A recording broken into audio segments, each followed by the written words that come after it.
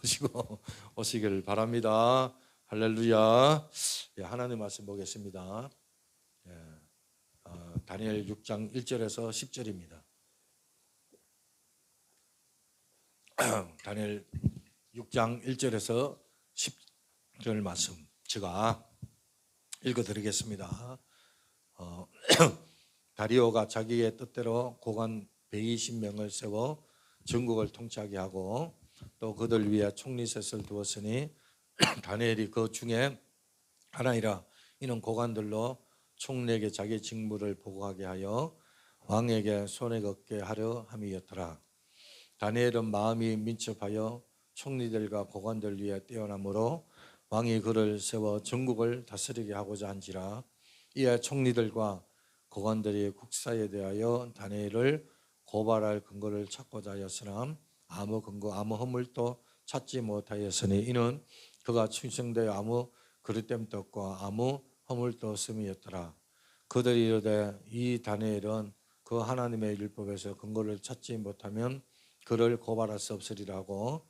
이에 총리들과 고관들이 모여 왕에게 나아가서 그에게 말하되 다리오 왕이여 만수무강하옵소서. 나라의 모든 총리와 지사와 총독과 법관과 관원이 의논하고 왕에게 한 법률을 세우며 한 금령을 정하실 것을 구하나이다. 왕이여 그것을 곧 이제부터 30일 동안에 누구든지 왕 외에 어떤 신에게나 사람에게 무엇을 구하면 사자굴에 던져 넣기로 한 것이니이다. 그런즉 왕이여 원하건대 금령을 세우시고 그 조서에 왕의 도장을 찍어 메대와 바사에 고치지 아니하는 규례를 따라 그것을 다시 고치지 못하게 하옵소서 하며 이에 다리오 왕의 조서에 왕의 도장을 찍어 금령을 내니라. 다니엘이 이 조서에 왕의 도장에 찍힌 것을 알고도 자기 집에 돌아가서는 입방에 올라가 예루살렘을 향한 창문을 열고 전에 하던 대로 하루 3번씩 무릎 꿇고 기도하며 그의 하나님께 감사하였더라. 아멘. 오늘 말씀은 다니엘 6장 1절에서 10절 하나님의 말씀을 가지고요. 제목은 일심동체라는 제목으로 말씀을 나누길 원합니다. 많은 은혜 받으시길 바랍니다. 할렐루야. 여러분 한번 제가 물어보겠습니다. 다리오 왕이요. 바벨론 왕이잖아요. 그죠? 그런데 그 유대인이고 포로인 이방인 다니엘을 왜 나라를 다스리게 했을까? 나라의 모든 것들을 다 행정을요 다 다스리게 했거든요. 여러분 한번 생각해 보시길 바랍니다. 자국도 아니고 이방인이고 포로잖아요. 그런 다니엘을 전체 행정 책임자로 세우신 이유가 여러분 뭐라고 생각합니까? 물어보겠습니다. 여러분 생각에 뭐라고 생각하세요? 예? 예? 하나님의 은혜라 그러면 끝나지 뭐. 모든 답은 다 하나님의 은혜지 뭐. 예, 그렇게 말씀하시지 마시고 그냥 하나님의 그게 맞아요. 틀렸다 그 답인데 하나님의 은혜지요. 제가 묻는 거 아니 그러면은 우리가 시험 볼 때 시험지 답안지 나올 때 하나님이 하심이라 그러면 다 답이 아니잖아요. 그 답에 맞는 걸 이야기를 해야지 그죠? 그러죠. 맞아요. 그러니까 워낙 유능하다는 거예요. 유능. 그 어떤 분은 그런 말을 하더라고요. 이 다리오 왕은 사람 보는 눈이 있었다고. 사람 보는 눈을 가지고 있었다. 그러니까 다니엘을 그렇게 총리로 세우는 거죠.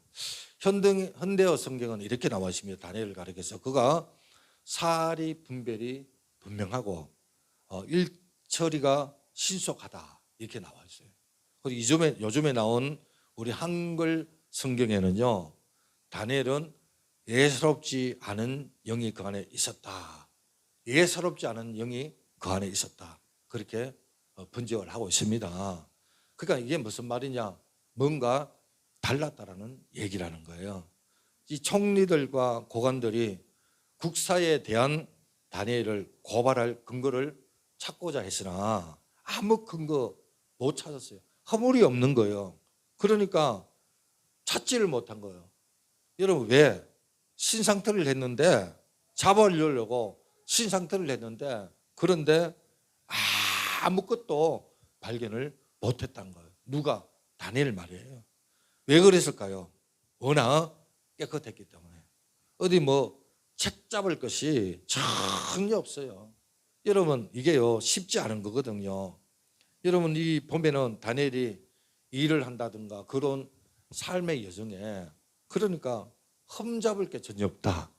이게 쉬운 일입니까? 쉽지 않잖아요. 그죠? 전혀 찾을 수가 없다라는 거예요. 이 다니엘에게 고발할 근거나 허물이 없는 것을 알고 이 총리들, 고관들 왜 책을 잡으려 할까요? 경쟁자니까.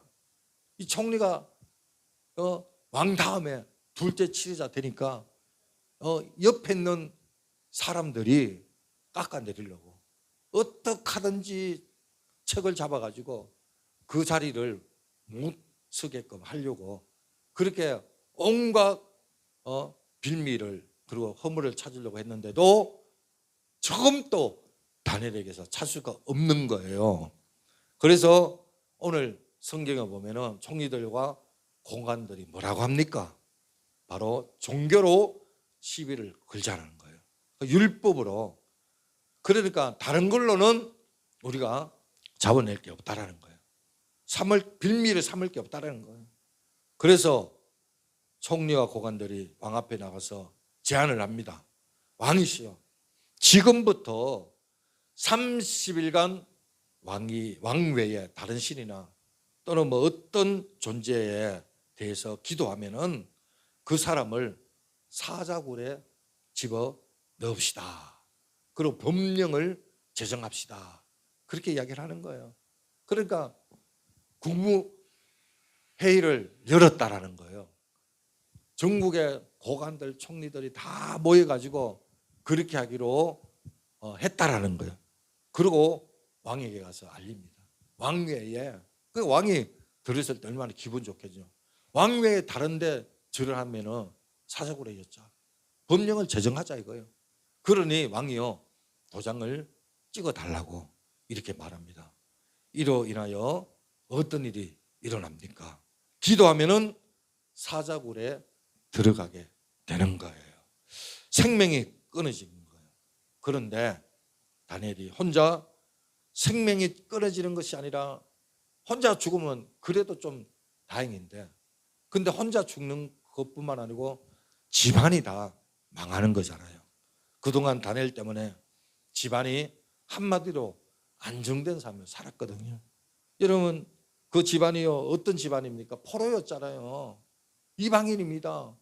그런데 다니엘 덕분에 편안하게 안정되게 살았단 말이에요.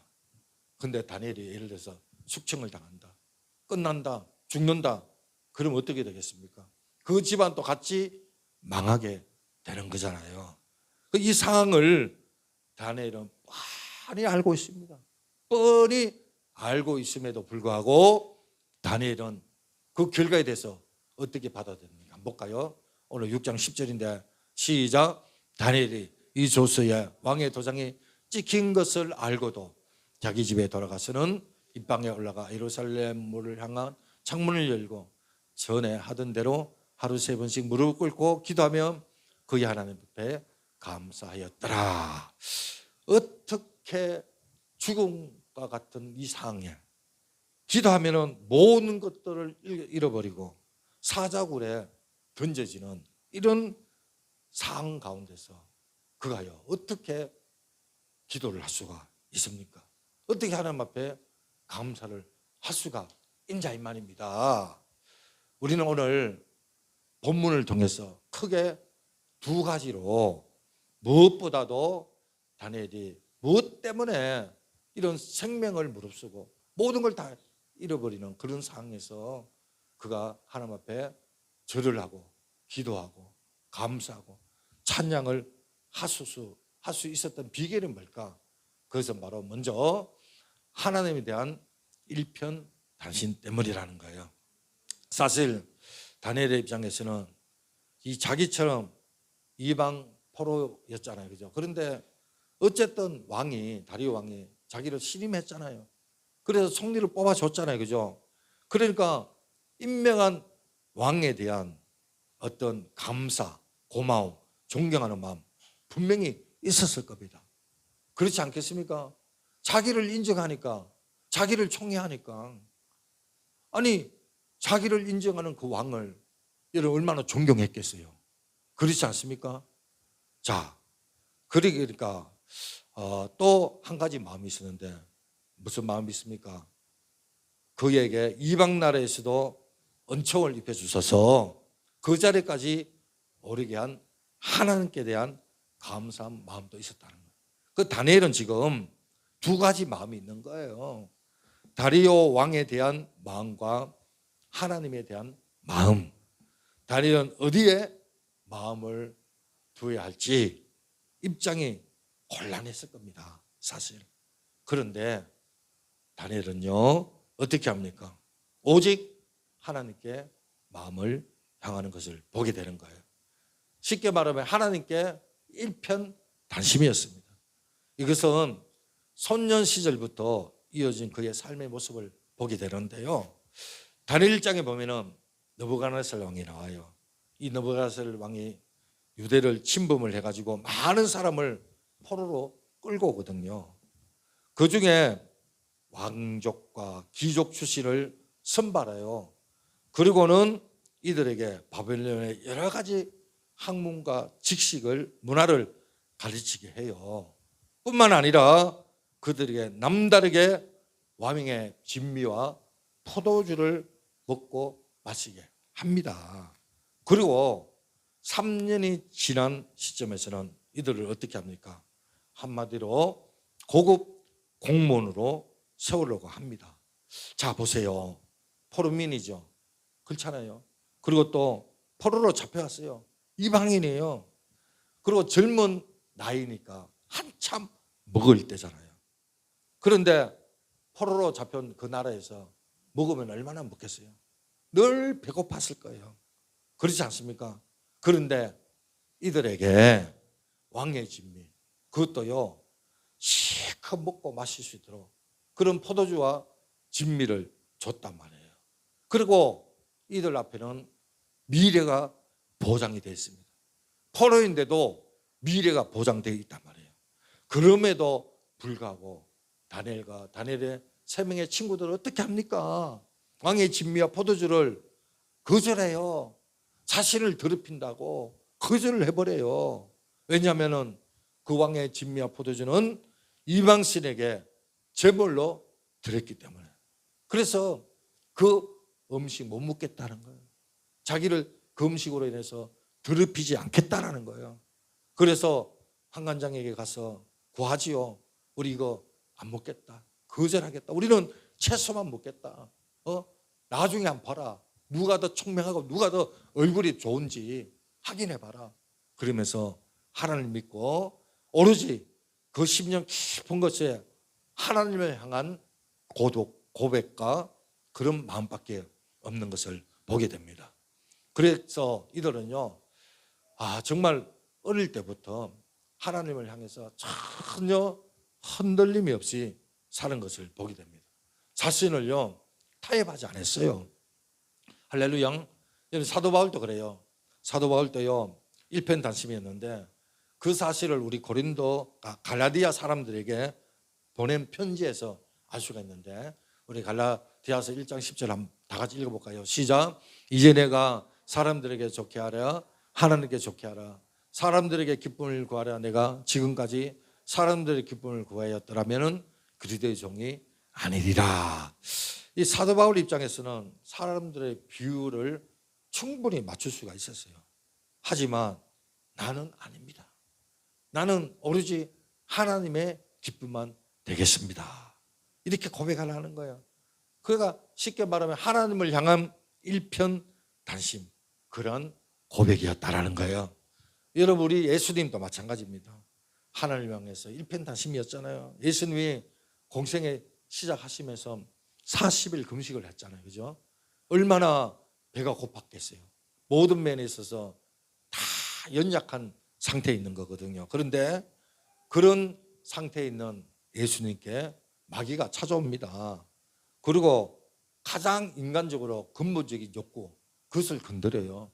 이 돌을 떡덩어리로 해봐라. 너가 하나님의 아들이면 이 돌을 가지고 떡덩이로 만들어 봐라.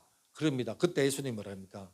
사람이 떡으로만 살 것이 아니고 하나님 입에서 나오는 모든 말씀으로 살 것이다. 이게 물리치는 거예요. 두 번째 또 마귀가요, 거룩한 성에 데려가가 성전 꼭대기에 세웁니다. 너가 만일 하나님의 아들이거든. 그러니까 자존심을 거두는 거예요. 너가 정말 하나님의 아들이거든. 한번 뛰어내어 보라. 그럼 하나님이 천사를 보내가지고 다치지 않게, 부딪히지 않게끔 받들어 줄 거다. 주님의 자존심을, 명예를 건드는 거예요. 명예를. 그랬을 때 뭐라 그럽니까? 우리 주님께서 한마디로 하나님을 시험하지 마라. 그래요. 이 사탄아, 하나님 시험하지 마라. 마지막으로 또 뭐라고 말합니까? 마귀가 높은 산에 가가지고 천하만국을 보여주면서 뭐라 그럽니까? 한 분만 절을 하면은 다 준다 이거예요. 한 분만 엎드려 절을 하면은 천하만국을 다 주겠다. 권세를 가지고 이야기를 하는 거예요. 예수님이 뭐라고 말씀하십니까? 사탄아, 물러가라. 기록되시되 주 너희 하나님께 경배하고 다만 그를 섬길 것이다. 이렇게 말하잖아요. 그러니까 이처럼 예수님은요, 각가지 유혹 앞에 오직 하나님을 향한 일편단심이었다라는 겁니다. 그렇습니다. 다니엘이 기도하고 하나님 앞에 감사할 수 있었던 이유는 바로 단 한 가지입니다. 하나님을 향한 일편단심. 할렐루야. 나는 주님만 사랑합니다. 나는 주님만 바라보겠습니다. 아멘. 세상에 누가 뭐라 그래도, 세상의 모든 것들을 다 잃어버린다 할지라도 나는 주님만 바라보겠습니다. 다니엘에게 그런 마음이 있었던 거예요. 그리고 두 번째 뭡니까? 그가 하나님 앞에 예배드리고 찬양할 수 있었던 것은 바로 하나님의 주권을 믿었기 때문인 것입니다. 다니엘은 알았어요. 모든 것은 하나님의 손에 달려 있다는 것. 그래서 하나님이 다 다스리고 움직이라는 걸 그는 알고 있었던 거거든요. 여러분 그렇지 않습니까? 만약에 이런 확신이 없다면은 어떻게 다리오 왕이 공포한 그 어명을 어길 수가 있습니까? 무서워서라도 그것을요 못하는 거 아닙니까? 속으로도 기도해도 되잖아요. 그렇지 않습니까? 속으로도. 그리고 몰래 창문을 안 열고 몰래 혼자서 얼마든지 충분히 기도할 수 있거든요. 근데 이게 타협하는 거거든요. 하지만 그럼 하나님의 다스림에 절대 믿음, 확신으로 사자굴에 이어 앞에서도 그런 기도하며 감사를 했다는 거예요. 이건 역시 어느 날 갑자기 이루어진 게 아닌 거예요. 바로 오래전부터 몸에 배어있던 거예요. 다니엘 2장에 보면요, 우리가 그 사실을 알게 되는데 어느 날 느부갓네살 왕이 잠을 자면서 꿈을 꾸는 거예요. 근데 참 이상한 꿈을 꾸는 거예요. 꾼 거예요. 그래서 이 느부갓네살 왕이 전국의 지혜자 그리고 또 뭡니까? 이 술사들 있잖아요. 다 부릅니다. 철학자, 점설가 다 불러요. 그리고 뭐라고 말합니까? 내 꿈을 좀 해석해봐라 그래. 내 꿈을. 그 무슨 꿈을 꿨는지 알려주지도 않으면서 꿈을 알려주지도 않으면서 꿈을 한번 해몽해봐라. 그 보통 이렇게 꿈 해몽하는 거는 내가 무슨 꿈을 꿨기 때문에 그래서 이 꿈을 좀 해몽해 보세요. 이렇게 이야기를 하잖아요. 그런데 아무런 꿈 이야기도 안 해주면서 해몽해 보라는 거예요. 그 만약에 너희들이 밝혀내지 못하면 너희들 죽을 줄 알아. 그러니까 모든 지혜자들에게 술사에게 이런 어명을 내리는 거예요. 그곳에 다니엘도 밤이 된 거예요. 이 사실 앞에 어떻게 해야 합니까? 도망가든지 아니면 가서 무장해서 싸우든지 해야 되는 거 아닙니까? 다니엘이 어떻게 합니까? 친구들 부릅니다. 이 상을 얘기하면서 다음과 같이 기도에 요청을 하는 거거든요. 한번 볼까요? 2장 18절 시작. 하늘에 계신 하나님이 이 은밀한 일에 대하여 불쌍히 여기사 다니엘과 친구들이 바벨론의 다른 제자들과 함께 죽임을 당하지 않게 하시기를 그들로 하여금 구하게 하니라. 중복이라는 거예요. 이런 그 꿈에 대해서 전혀 알려주지 않은데 기도를 하는 거예요. 자, 그래서 어떻게 합니까? 하나님께서 이들의 기도에 응답하시죠. 그래서 하나님은 다니엘에게 느부갓네살 왕의 꿈꿈이 무엇인지 은밀한 것을 다 알려주는 거거든요. 만일 우리가 다니엘의 입장이라면 하나님 알려주면 얼른 왕한테 달려가서 이런 꿈 꿨지 않느냐, 하나님 알려줬다고 막 자랑을 할 거 아닙니까? 그죠? 말을 할 거 아니에요. 그런데 다니엘은 그렇게 하지 않았어요. 어떻게 합니까? 자, 19절 볼까요?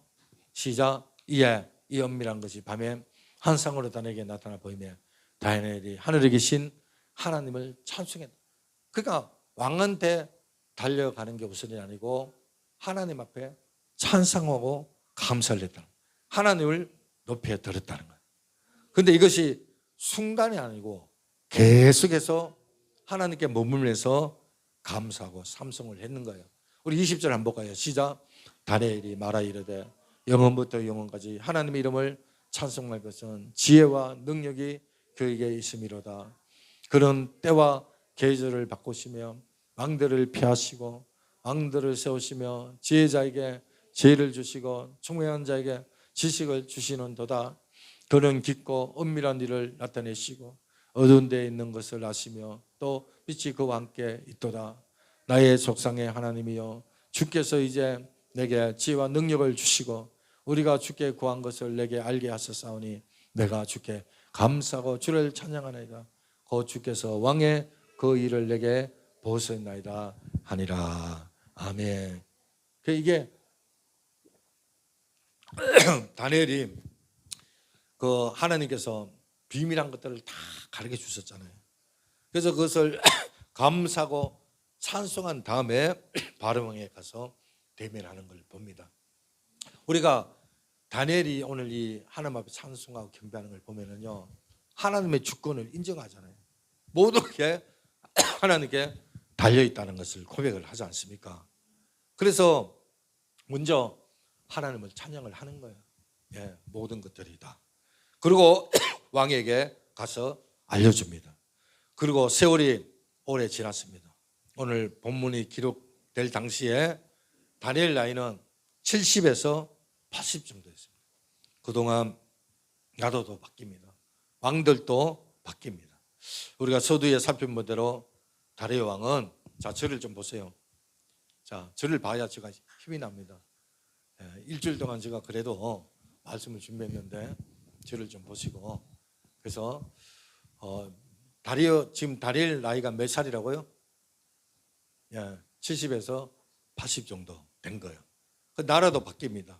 왕들도 바뀝니다.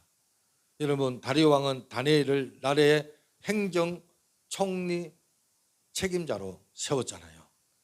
여러분, 이를 감지한 다른 고관들이나 총리들이 어떻게 합니까?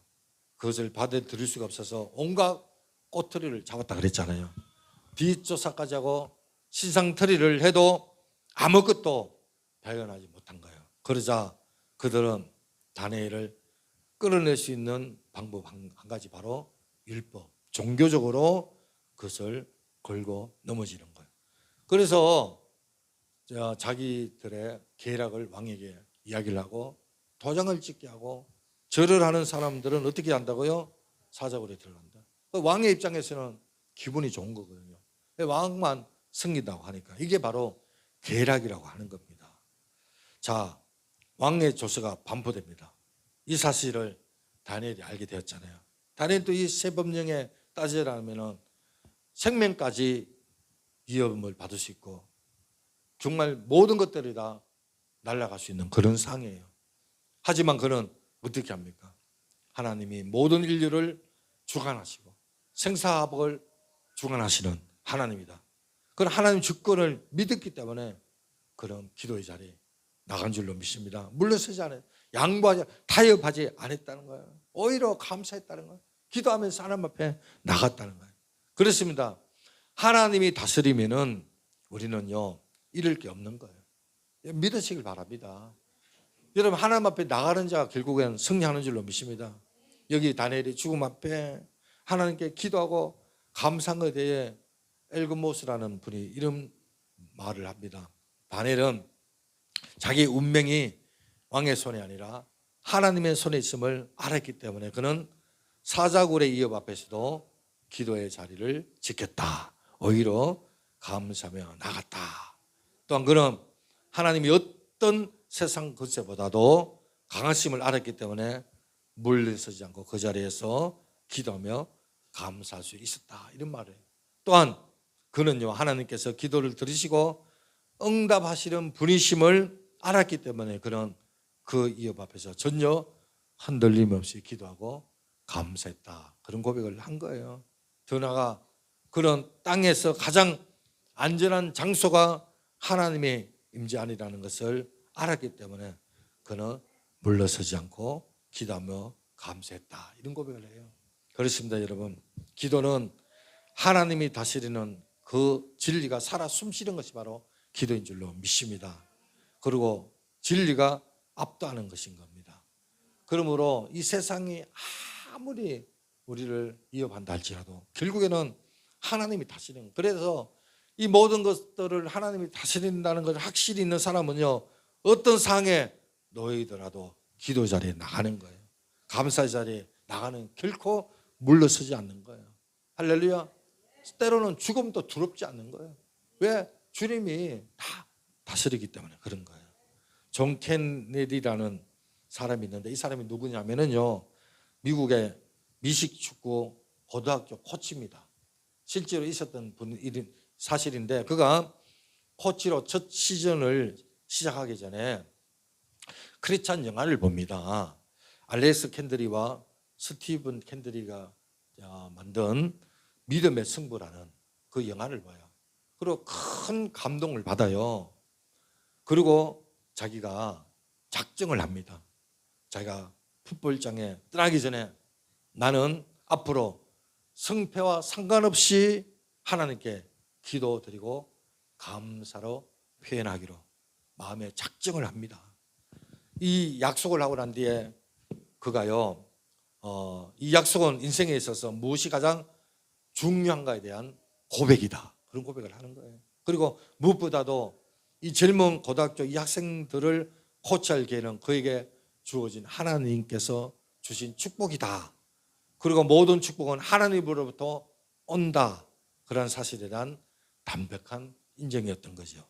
그는 7년 동안 7번의 시즌을 하는 동안에 시합이 끝나잖아요. 그러면요 풀밭장 중앙으로 걸어가서 한쪽 무릎을 꿇고 약 15초 정도 고개 숙여 하나님 앞에 감사로 기도했다라는 거예요. 처음에는 그가 혼자 중간에 가서 기도를 했는데 나중에는요 시간이 흐르면서 자기 그 학생들이요 몇 명이 동참을 하고 또 나중에는 다른 학교 학생들까지 막 동참을 하는 거예요. 그러니까 소문이 막 퍼지는 거예요. 그런데 그 학교, 저희 학교 행정실은 그 이런 행동을 모르는 거거든요. 그런데 누군가가 이 저희가 이런 종교, 그러니까 종교 분리라 그러죠. 종교 분리. 그리고 종교에는 자유가 있는데 이런 행동을 한다고 행정실에다가 일러줍니다. 그래서 행정실에서 조치를 취하는데 뭐라 하냐면은 혼자서 기도하든가 아니면은 아무도 없는 곳에서 기도를 하라. 만약에 그렇지 않으면은 당신은 이 직장을 그만둬야 된다. 그렇게 이제 권면을 하는 거예요. 통보를 받고 금요일 밤 경기를 마친 후 평소처럼 경기 중앙을 향하여 걸어갑니다. 그리고 평소처럼 한쪽 무릎을 꿇고 기도를 하는 거예요. 감사합니다. 감사합니다. 기도합니다. 그리고 일주일 있다가 코치직에서 잘립니다. 그만두게 되는 거예요. 나중에 이분이요 법적으로 이제 소송을 내는데 왜냐하면은 이분이 가장 좋아하는 성경 구절이 이거다고 해요. 디모데후서 4장 7절. 나는 선한 싸움을 싸우고 나의 달 길을 마치고 믿음을 지켰으니, 이 말씀을 가지고 평생을 살았다고 해요. 자기가 선한 싸움을 이기기 위해서 사는 게 아니고 선한 싸움을 싸우고 달려갔기를 다 마치고 믿음을 지키고 주님 앞에 섰을 때 주님이 잘했다 칭찬받는, 그게 자기의 인생의 전부다라는 거예요. 그래서 이 종교 기도를 못하게 하는 거, 이게 종교의 자유가 있는데 그저 법적으로 소송을 했는데 7번 7년 동안 계속 패소하다가 대법원에서, 왜냐하면 경기를 끝나고 한 행위이기 때문에 연이 아니다 합헌이다, 그래서 승소를 하게 된 거예요. 다시 복직을 하고요, 많은 사람들에게 기감이 되고. 할렐루야. 예, 참 그렇습니다 여러분. 믿음을 지키니까 하나님이 결국에는 손을 들어 주신다는 거예요. 오늘 본문에 나오는 다니엘이 그와 같은 삶을 살아는 거예요. 다니엘에게 있었던 이야기는 과거 성경에 끝나는 이야기가 아니에요. 여전히 일어나고 있습니다. 요즘도요, 미션스쿨에요 기도하지 말라 그래요. 예수 믿는 사람 뽑지 말라고 해요. 성경 가르치지 말라고 해요. 미션스쿨에서 그렇게 교육청에서 지침이 내려온다고 해요. 이런 한마디로 사자들이 기다리고 있습니다. 점점 우리 시대는 갈수록 이 같은 명령은 돼가는 거예요. 우리나라 헌법 제20조 1항에는요 종교의 자유가 있습니다. 전하는 것도 자유가 있습니다. 그런데 전철역에 보면요, 보험질하면 신고한다, 잠실역에 그렇게 써져 있는 걸 봅니다. 전에는요 없었어요. 요즘에 노방전도 전도하러 나가잖아요, 신고합니다. 하지 마라 그래요. 우리나라는요 헌법에 종교의 자유가 있고요, 전하는 것도 자유가 있습니다. 여러분 아무리 세상이 사악하고 법원이 악명 높은 판결을 내린다 할지라도 우리는 여러분 한 분 통치자, 정말 그 하나님을 바라보시길 바랍니다. 다니엘은 그 하나님을 바라봤기 때문에 할렐루야 기도의 자리에 나갈 수 있었던 거예요. 예루살렘을 향해서 하던 대로 하나님의 통치를 믿고 주관자가 하나님이심을 믿었기 때문에 그런 하나님을 바라보면서 기도하고 찬양을 한 줄로 믿습니다. 자, 이렇게 위협 앞에서도 죽음 앞에서도 하나님 앞에 나가서 기도하고 찬양을 했던 이 다니엘에게 하나님이 베푸신 은혜가 있어요. 그 은혜가 뭡니까? 첫째로 평강을 주셨다라는 거예요. 만 하나님께서 다니엘 마음에 평강을 주시지 않았다라면 그가 어떻게 문을 열고 기도했겠어요? 문을 닫고 기도했지 않겠습니까? 혼자서 기도했지 않겠습니까? 어떻게 다른 사람들이 다 보인 데서 기도를 할 수가 있었겠습니까? 속으로 기도했겠죠. 그런데 마음에 평강을 주셨기 때문에 그는 담대하게 기도한 줄로 믿습니다. 예, 사도 바울이 빌립보서 4장 6절 이런 고백을 해요. 아무것도 염려하지 말고 다만 모든 일에 기도와 간구로 너희 구할 것을 감사함으로 하나님께 아뢰라. 그리하면 모든 죄에 떠나 하나님의 평강이 그리스도 예수 안에서 너희 마음과 생각을 지키시리라. 아무것도 염려하지 말라는 거예요. 오히려 기도하고 감사해라는 거예요. 그러면 하나님께서 우리의 평강을 마음과 생각을 지켜주신다고 이야기하는 줄로 믿습니다. 이런 감사하시길 바랍니다. 두 번째는 다니엘의 인생을 역전시켜 주잖아요. 다리의 왕은 그렇게나 총했던 다니엘의 사자굴에 들어가서 죽는다는 생각을 하니까 잠이 오지가 않는 거예요. 잠을 못 잔 거예요. 오락을 치고 왕이 금식을 합니다. 이 왕이요 이른 아침에 사자굴에 가서 하나님의 종 다니엘에게 말합니다. 다니엘아, 다니엘아, 너의 하나님이 너를 구원했니? 그러면서 안타깝게 묻잖아요. 그런데 놀랍게도 사자굴에서 소리가 나는 거예요. 왕이요 만세수하옵소서, 나는 살아있습니다. 할렐루야. 하나님께서 사자 입을 봉해 주신 거예요. 예, 그래서 사자굴에서 다니엘을 끄집어내잖아요. 대신 어떻게 합니까? 자기를 이 고수하고 자기를 다니엘을 사자굴에 집어넣은 고관들, 총리들, 가족들까지 다 사자굴에 들어갔는데 땅에 떨어지기도 전에 사자들이 뼈까지 다 삼켜버렸다 그래요. 그렇게 이야기를 하고 있습니다. 성경에 그래 나와요. 떨어지기도 전에. 그러니까 하나님이 역전시키는 거예요. 그뿐만 아니고 이 다니엘이요, 놀라운 게 포로인데요, 두 나라, 그죠? 바벨론, 바사 두 나라, 또 네 왕을 섬깁니다. 네 왕이 누구예요? 느부갓네살, 다리오 왕, 고레스 왕, 또 벨사살 왕. 여러분, 우리가 정권 바뀌면 다 바뀌잖아요. 근데 이 포로가 네 왕을 섬기고 두 나라가 바뀌면서까지 국무총리가 되는 거예요. 하나님이 이렇게 역전시키더라고요. 할렐루야. 야, 제가 시간이 없어서 그런데 성경에 예수도도 그러고 하나님을 믿어가요 역전된 인생들이 얼마나 많아요. 요셉도 많고요. 하나님만 바라볼 때 안 되는 것 같은데 역전을 시켜주시는 줄로 믿습니다. 그리고 세 번째, 다른 인생이 형통하게 됐다. 형통하게. 자, 6장 28절 볼까요? 시작. 이 다니엘이 다리오 왕의 시대와 바사 사람 고레스 왕의 시대에 형통하였더라. 여러분, 정말 하나님이 함께 하니까 형통하고요, 앞날이 정말 은혜 가운데서 축복을 받은 줄로 믿습니다. 그렇습니다. 이 다니엘이 자기가 뭐 고시를 잘 받고 노비를 했고 자기가 뭐 똑똑해서 총리가 된 게 아니에요. 형통한 게 아니에요. 하나님의 은혜인 줄로 믿습니다. 그렇습니다. 하나님께서는 기도하며 감사한 사람의 인생을 반드시 형통케 하시는 줄로 믿습니다. 자, 이제 우리도 어떤 상황에 놓였든지 다니엘처럼 하나님을 향해서 일편단심 되시길 바라고, 그리고 모든 것이 하나님의 주권에 달렸다는 것을 믿으시길 바랍니다. 그리하면 하나님께서 첫째 어떤 복을 준다고요? 평강의 복. 두 번째는 인생을 역전시켜. 세 번째는 형통케 하는 복을 주시는 줄로 믿습니다. 우리 시아가 지금 찬양하는 거예요. 지금 찬양 기분이 좋아 찬양하려고 하는 거예요. 예, 세 가지 복을 주시죠. 오늘 하나님께서 우리에게 주신 말씀입니다. 다 같이 한번 읽고 마치겠습니다. 다 같이 시작.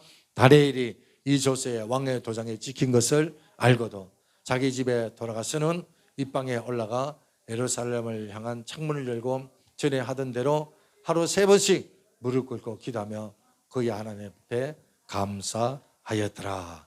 아멘. 우리 찬송가 370장 부르고 우리 한번 말씀을 생각하면서 기도하기 원합니다. 안에 있나 나에게 단 것이 있어라.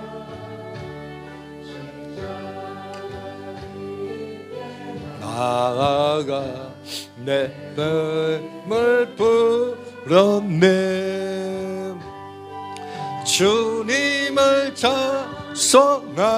찬송하면서 할렐루야 할렐루야. 내 앞길